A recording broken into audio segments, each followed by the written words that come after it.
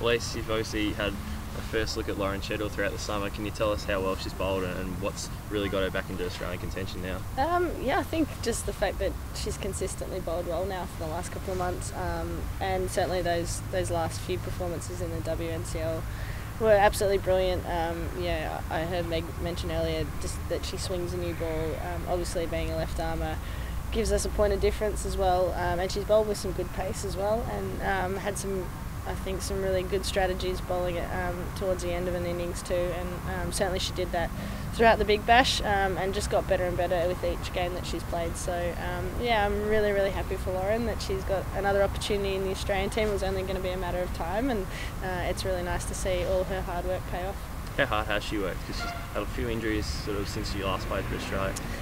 Yeah, she has. She's worked really hard. I've been fortunate to witness a lot of that, playing with her at WBBL level and also for New South Wales. And yeah, she's really passionate. She obviously spent a fair bit of time up in Brisbane as well, and has even had some challenges leading into this season with little injuries. And I think just getting some confidence back about her own ability, and her ability to, I guess, stand up physically as well. And now that she's got that, and as I said, she's been able to play a number of games back to back, her class and ability has really shone through. How have you gone physically? You've barely got a rest. You handled the workload and made a mountain of runs. How are you handling things coming into this series? Yeah, it's been such an enjoyable summer, but also leading into that, the tours that we had to Malaysia and the West Indies, obviously with the World Cup. It's been such an enjoyable period of cricket. It's been really busy, but I think that's a challenge that we're all really taking on board, and I guess it's going to be the new normal as well. If you look ahead for the next 12 months and how busy our schedule is, I think it's something that everyone's going to adapt to and get better at, I guess, dealing with. But from I think everyone's perspective, we really love to finish the summer well, and it's a great opportunity to do that against New Zealand in some one-day cricket, which we haven't played a lot of lately. So I think it'll be a great challenge. How do you adjust from 4 overs to 10 to batting low?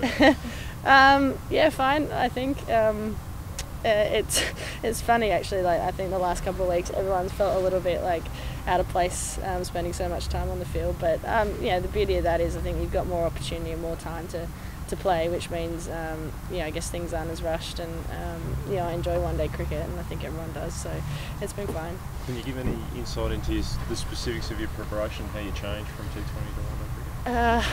Well, I suppose training goes for a bit longer because you've got to bowl more balls. But I think, to be honest, the skills are exactly the same.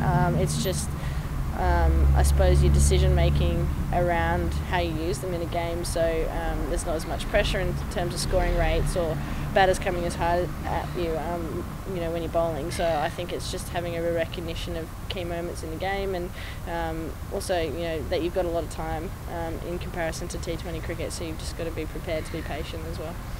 And touching on with Meg, but so little women's Test cricket being played. Yeah. Is it something you'd like to see more of? Yeah, look, from a player's perspective, we absolutely love playing it, and I think I've mentioned this a few times before, but for me, the multi-series format, like we play the Ashes series against England, is a really transferable series that potentially against other top nations in the world, we could look at doing, particularly in Australia, after the Test match success that we had at North Sydney with the day-night one, and how well that was received. I think from a playing perspective, as I said, we absolutely love playing it, and the way that it fits into the Ashes series at the moment, if we could do something like that against some of the other top teams, I think that would create some fabulous competition, and be I guess a really unique thing for women's international cricket.